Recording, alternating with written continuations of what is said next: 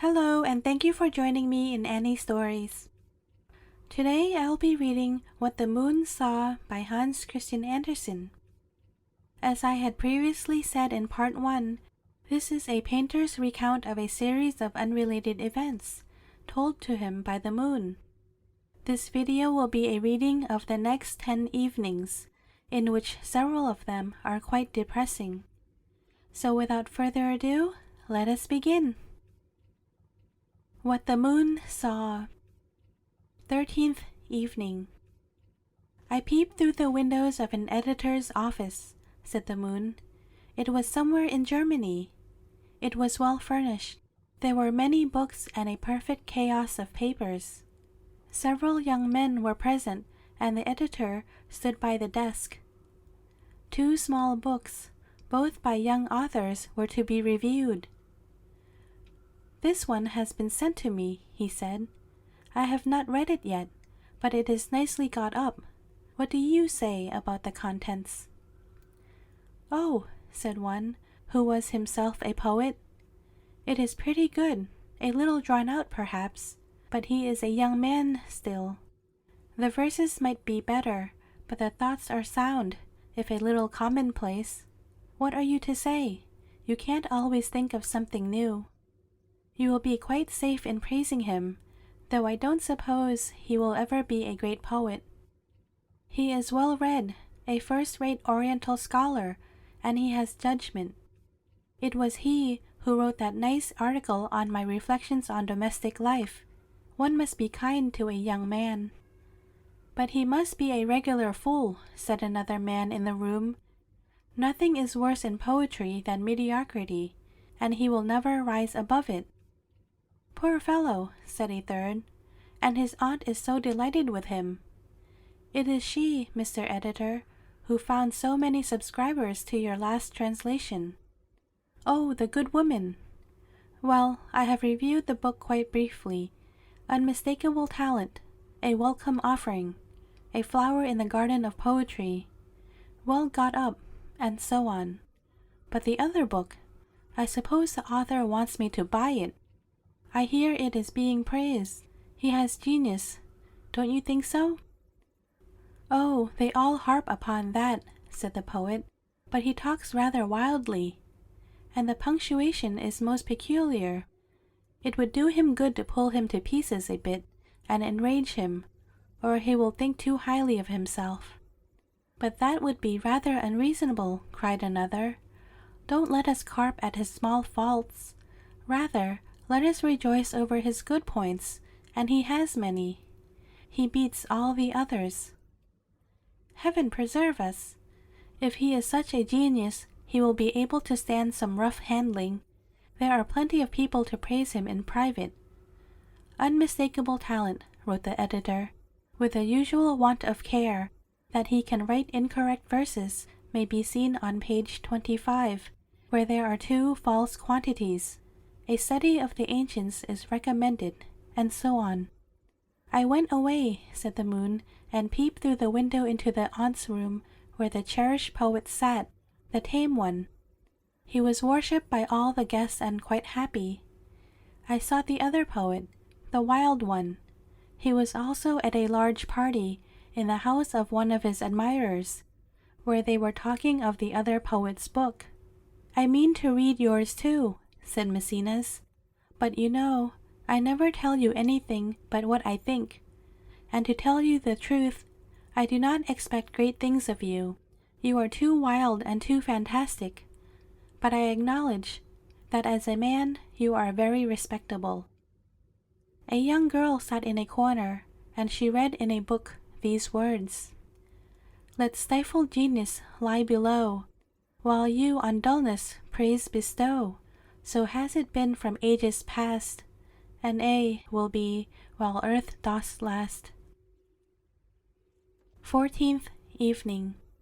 The moon said to me, There are 2 cottages by the roadside in the wood.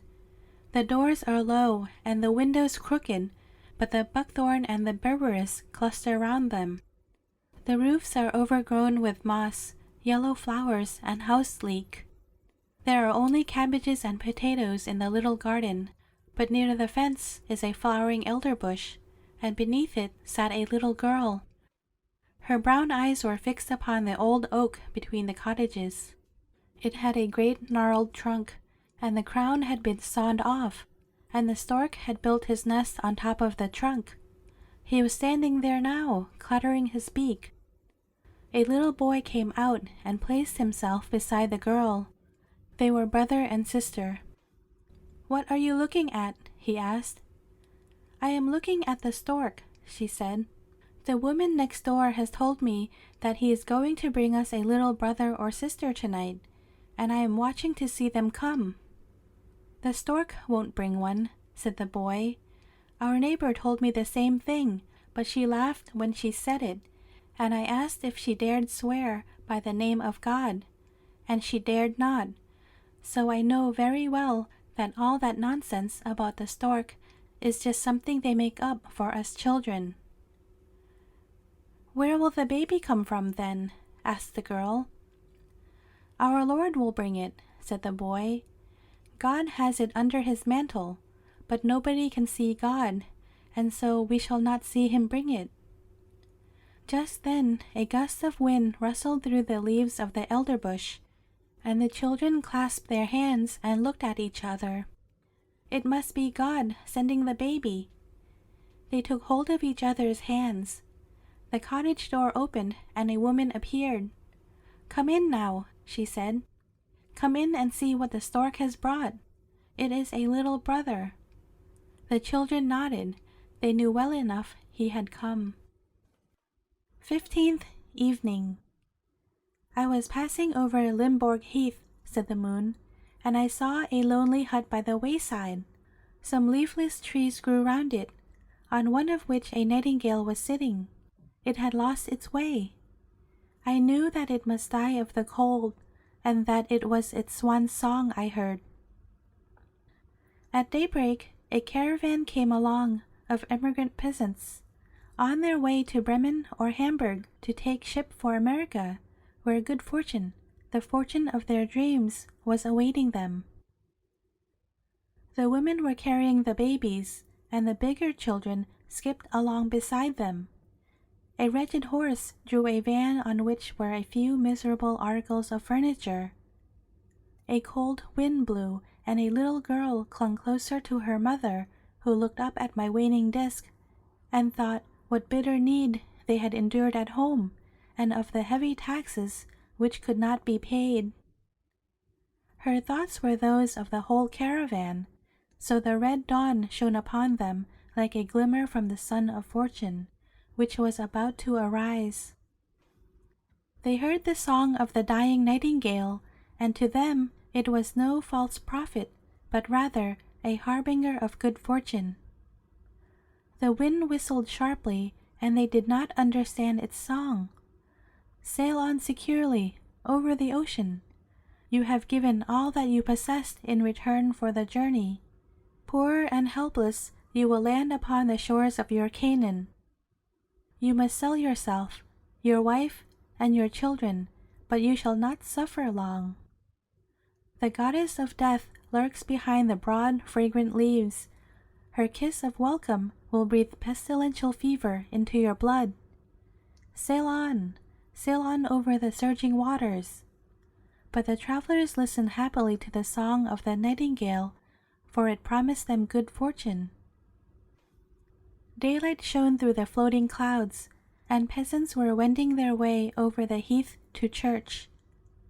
The women in their black dresses and with white kerchiefs round their heads looked as if they might have stepped down out of the old pictures in the church. Round about there was only the great dead plain covered with brown withered heather, and the white sand hills beyond. The women held their prayer books in their hands and wandered on towards the church. Ah, pray for those whose steps are leading them to the graves beyond the rolling waters. 16th evening. "I know a Punchinello," said the moon. "The public shout directly they see him. Each of his movements is so comical that the whole house roars when he appears. His personality makes them laugh, not his art. Even when he was little, playing about with the other boys, he was already a Punchinello. Nature had made him one. She had given him a hump on his back and one on his chest. But the inner man, the soul, that was richly endowed. No one had deeper feelings or greater elasticity of mind than he. The theater was his ideal world. If he had been slender and well-made, he would have been the first tragedian on any stage. The great and the heroic filled his soul, and yet he had to be a Punchinello. Even his pain and his melancholy increased the comic dryness of his sharply cut features, and called forth laughter from the multitudes who applauded their favorite. The pretty Columbine was kind and friendly, but she preferred marrying the Harlequin. It would have been far too comic in real life if Beauty and the Beast had joined hands. When Punchinello was in low spirits, she was the only person who could make him smile, nay, even laugh outright. At first, she would be melancholy too, then gay, and at last full of fun.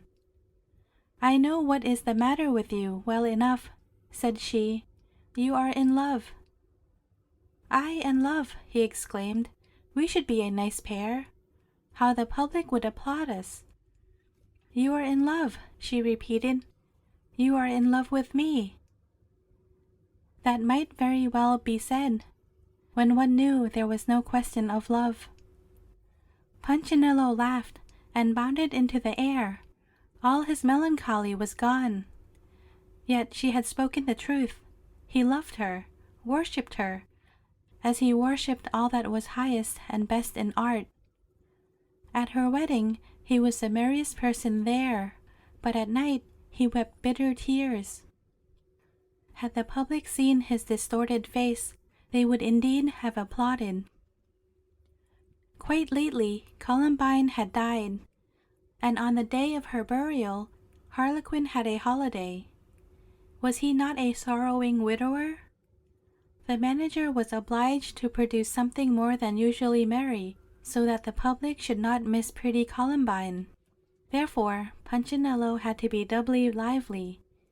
He danced and bounded with despair in his heart, and he was more applauded than ever. "Bravo! Bravissimo!" Punchinello was called forward. He was indeed above all price. Last night, after the performance, the little hunchback wandered out of the town to the lonely churchyard. The wreaths were already withering on Columbine's grave. He sat down upon it. It would have made a touching picture, with his hand under his chin, his eyes turned towards me. He was like a monument, a Punchinello on a grave, characteristic and comical. If the public had seen their favorite, how they would have shouted, "Bravo! Bravissimo! Punchinello!" 17th evening. Listen to what the moon told me. I have seen the cadet become an officer and for the first time put on his handsome uniform. I have seen the young girl in her ball dress, and I have seen a royal bride rejoicing in her festal robes. But I have never seen greater delight than I saw last night in a child, a little 4-year-old girl. She had on a new blue frock and a pink hat. They had just been put on, and the bystanders were calling for lights.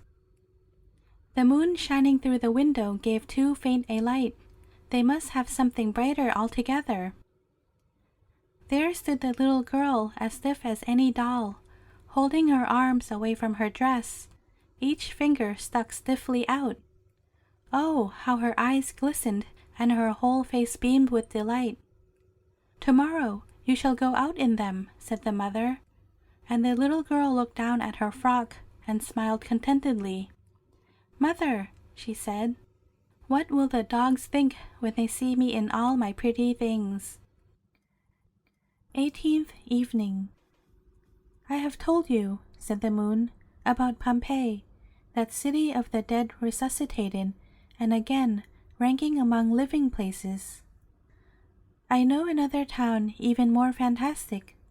It is not so much the corpse as it is the ghost of a city. I seem to hear the romance of the floating city wherever the fountains play into their marble basins. Yes, water must tell its story. The waves of the sea sing its song. A mist often floats over the stretches of its waters. That is its veil of widowhood. The bridegroom of the sea is dead. His palace and town are now his mausoleum. Do you know this city? Never has the roll of wheels or the clatter of horses' hooves been heard in its streets. The fish swam in them, and the black gondola skims over the surface of its green waters. I will show you, continued the moon, the forum of the town, its grand square, and you may imagine yourself in fairyland. The grass grows between its broad flags, and at dawn thousands of tame pigeons flutter around its solitary lofty tower. On three sides of it, you are surrounded by colonnades. Under their shelter, the silent Turk sits smoking his long pipe. A handsome Greek boy leans against the columns and looks up at the trophies and lofty masts raised around, memorials of ancient power. The flags droop from them like mourning scarves. Here, a girl is resting. She has put down her heavy water pails, and the yoke in which she carried them hangs on her shoulders. She supports herself against the column of victory. That is no fairy palace there in front of you. It is a church. Its gilt cupolas and balls glitter in my beams. Those majestic bronze horses have traveled like the bronze horse in the fairy tale. They came hither, went hence, and again returned. Do you see the gorgeous coloring on the walls and in the window panes? It looks as if genius had given way to the whims of some child in adorning the wonderful temple. Do you see the winged lion on its column? The gold still glitters, but its wings are bound. The lion is dead, for the king of the sea is dead. His great halls are empty, and there are only bare walls now, where costly pictures used to hang. The Lazzaroni sleep now under the arches, on whose floor only the highest nobles in the land dared at one time to tread. From the deep wells sounds a groan, just as in the days when tambourines sounded from the gondolas with their gay trappings, when the bridal ring flew from the brilliant Bucentaur to Adria, queen of the sea. O Adria, wrap thyself in the mist. Let thy widow's veil cover thy bosom. Hang it over the mausoleum of the bridegroom, O Venice, thou city of ghostly marble palaces. 19th evening. I was looking down on a large theater, said the moon. The whole house was crammed with spectators, for a new actor was to make his debut. My beams glided over a little window in the wall. A painted face was pressed against its panes. It was the hero of the evening. The knightly beard curled around his chin, but there were tears in the man's eyes, for he had been hissed off the stage, and rightly hissed off. Poor fellow! But a poor fellow can't be tolerated in the kingdom of art. His feelings were deep, and he loved his art enthusiastically, but art did not love him. The call bell rang. The hero enters. Boldly and gallantly was the stage direction. He had to face an audience to whom he was a laughingstock. When the piece came to an end, I saw a man, muffled in a cloak, creep downstairs. It was the crushed knight of the evening. The scene shifters whispered to each other. I followed the poor wretch to his home. Hanging is an ugly death, but one has not always got poison at hand. I know he thought of both. I saw him look at his pale face in the glass, and half shut his eyes to see if he would be a handsome corpse. A man may be most unhappy, and yet very affected. He thought of death, of suicide. I believe he wept over himself. He wept bitterly. And when a man has been able to shed tears, he does not kill himself. A whole year has passed since then. There was a play being acted at a small theater by a poor touring company.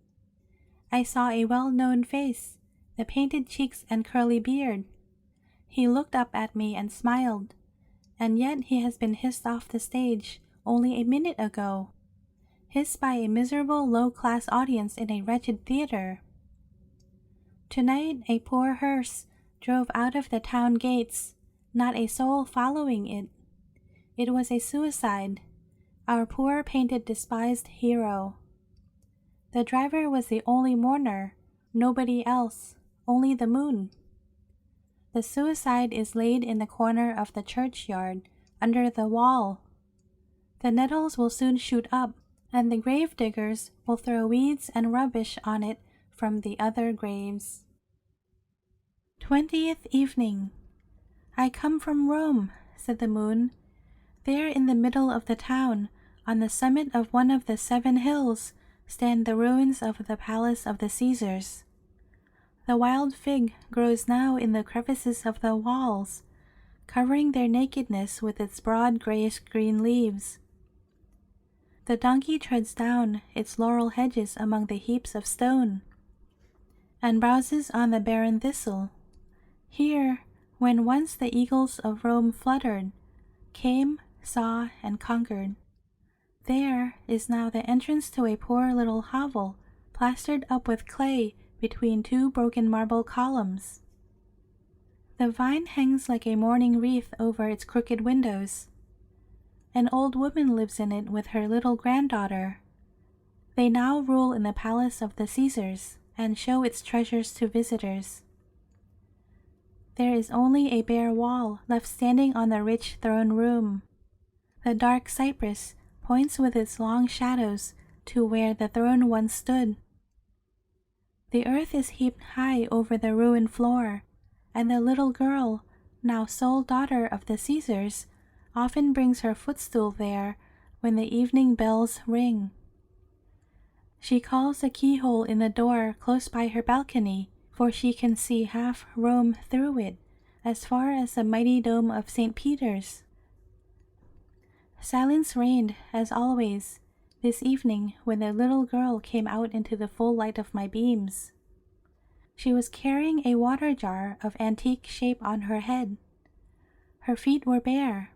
Her short skirt and the sleeves of her little chemise were ragged. I kissed the child's delicately rounded shoulders, her dark eyes and black shining hair. She climbed up the steps to the little house. They were steep and made of sharp bits of marble from the broken columns. Gaily colored lizards darted about among her feet, but they did not startle her. She was just raising her hand to the bell pull. This was a hare's foot at the end of a bit of string. Such is the bell now in the palace of the Caesars. She paused a moment. What was she thinking about? Perhaps about the beautiful infant Jesus wrapped in gold and silver down in the chapel, where the silver lamps gleamed and where her little friends took part in singing the hymns which she knew too. I do not know. She moved forward again, tripped, and the jar fell from her head onto the steps, where it was broken to atoms upon the fluted marble. She burst into tears. The beautiful daughter of the Caesars, weeping over the poor broken jar. There she stood with her bare feet, weeping, and dared not pull the string, the bell rope of the palace of the Caesars. 21st evening. The moon had not shone for over a fortnight, but now I saw it again. It rose round and bright above the slowly moving clouds. Listen to what it told me. I followed a caravan from one of the towns of Fezzan. They made a halt near the desert by one of the salt plains. It shone like a sheet of ice, and was covered only in parts with quicksands. An elder among them, with a water bottle hanging at his belt and a bag of unleavened bread lying by him, drew a square with a staff in his hand and wrote in it some words from the Koran. After this, the whole caravan entered within the consecrated space.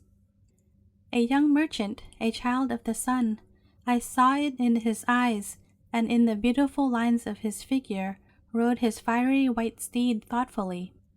Was he perhaps thinking of his fair young wife? It was only 2 days ago a camel covered with skins and costly shawls carried her, his lovely bride, round the walls of the town to the sound of drums and pipes.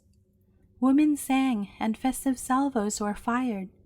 The loudest and the most frequent were fired by the bridegroom himself, and now he was leading the caravan through the desert. I followed them for many nights. I saw them rest by the wells among the dwarf palms. They stuck their knives into the breast of the fallen camel and roasted the meat by the fire. My beams cooled the burning sand. My beams showed them the buried rocks like submerged islands in a sea of sand. They encountered no unfriendly tribes on the trackless plain. No storms arose, and no sandstorm swept mercilessly over the caravan. At home, the lovely wife prayed for her husband and her father. "Are they dead?" she asked my golden horns. "Are they dead?" she asked my shining disk. Now the desert lies behind them, and this evening they sit beneath the lofty palm trees, where the crane spreads its broad wings and the pelican watches them through the branches of the mimosa. The luxuriant thicket is trodden down by the heavy feet of the elephant. A troop of Negroes are returning from the market far inland. The women have copper beads twisted round their heads of frizzled hair, and they are clad in skirts of indigo blue. They drive the heavily laden oxen on whose backs the naked black children lie sleeping.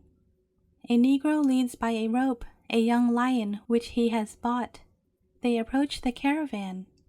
The young merchant sits motionless and silent, thinking of his lovely bride, dreaming in the land of the blacks, of his white flower beyond the desert. He lifts his head. A cloud passed over the moon, and then another. I heard no more that evening. 22nd evening. "I saw a little girl crying," said the moon. "She was crying at the wickedness of the world. The loveliest doll in the world has been given to her. Oh, it was the most delicate and fragile, and certainly not fit to face adversity. But the little girl's brothers, great big boys, had taken the doll away and put it up into a high tree, and then had run away. The poor little girl could not get it down, or get at it in any way, so she sat down and cried. The doll no doubt was crying too. It stretched out its arms among the branches, and looked most unhappy. Yes, this must be the adversity of the world, about which Mamma talked so much. Oh, the poor doll! Evening was coming on. It was getting dark, and it would soon be night. Was it to stay out there all alone in the tree for the whole night? No, the little girl could not endure the thought. "I will stay with you," she said, although she was not at all courageous, and she fancied already that she could see the little brownies in their high pointed caps peeping through the bushes, and there were long ghostly shadows dancing about in the dark walk.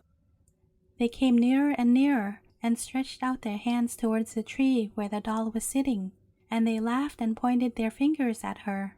Oh, how frightened the little girl was! But if one has committed no sin, she thought, evil can do one no harm. I wonder if I have sinned? Then she began to think. "Oh yes," she said, "I laughed at the poor duck with a red rag round its leg. It looked so funny limping along, so I laughed, and it is a sin to laugh at dumb animals." Then she looked up at her doll. "Have you ever laughed at the animals?" And the doll seemed to shake its head. End of the 22nd evening. Please go to the next video for the 23rd evening.